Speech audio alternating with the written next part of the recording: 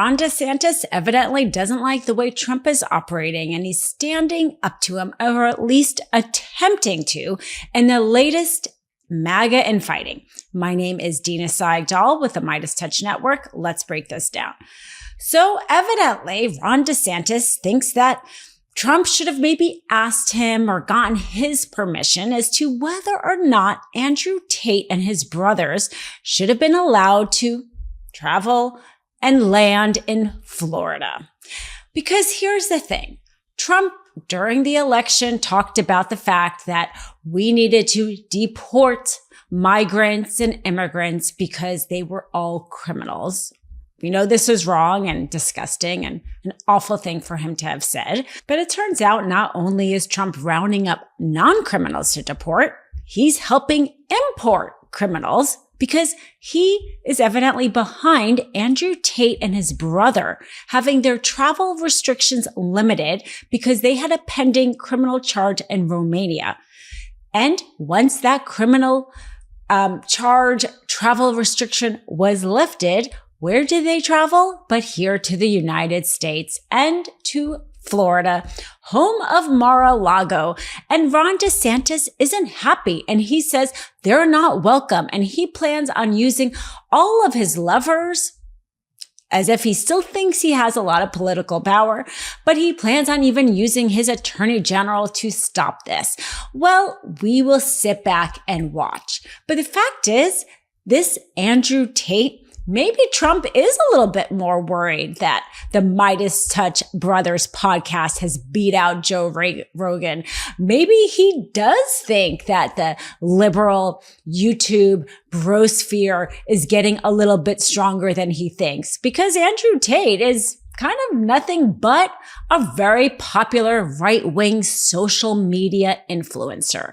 And so Trump, he likes to amplify his kind of crazy thoughts he has, and who better to do it than Andrew Tate? So the timing of him wanting Andrew Tate to travel and Andrew Tate landing in Florida, home of Trump, is of course not a coincidence. But just in case you weren't quite sure how bad Andrew Tate is, let's just look at the charges that him and his brother were facing in Romania. And whether or not Trump or any of his advisors and cohorts who always talk about family values cared enough about the charges that they were facing to maybe prevent them from coming to places like Florida and possibly and maybe likely harming women and others here in this country, because they were charged with human trafficking. You know, that subject that the Republicans are obsessed with and always seem to think that there's this conspiracy theory with Clinton and others involved with it. That subject, well, as with everything, when they point to others, it's really pointing to themselves. And Andrew Tate is the one charged with human trafficking and rape-related charges, with the brothers also being accused of creating a criminal gang meant to sexually exploit women in Romania. These very serious charges that are now here in Florida. How safe are those women in Florida and elsewhere in this country? This party that is evidently, family values, who care about this subject of human trafficking, encouraging this person or allowing, let's say, this person to come to the United States.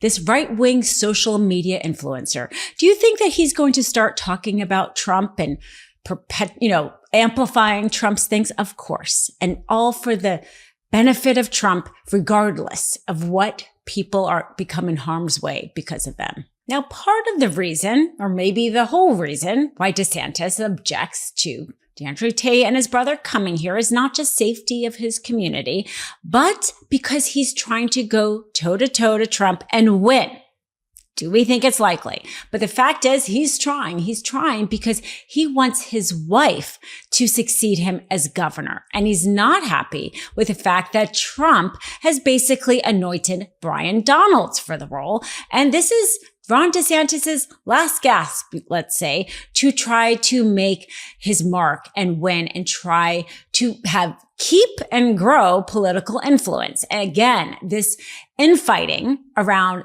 Andrew Tate is really about the infighting of who is going to be the next Florida governor. So let's just take a look at what Trump said. It was his Truth Social post that basically, let's say, changed the game around who was going to throw their hat in the ring and possibly win in Florida. Trump said, "I am hearing that highly respected Congressman Byron Donalds is considering running for governor of Florida, a state that I love and won big in 2016, 2020, and 2024. I know Byron well, have seen him tested at the highest and most difficult levels, and he is a total winner.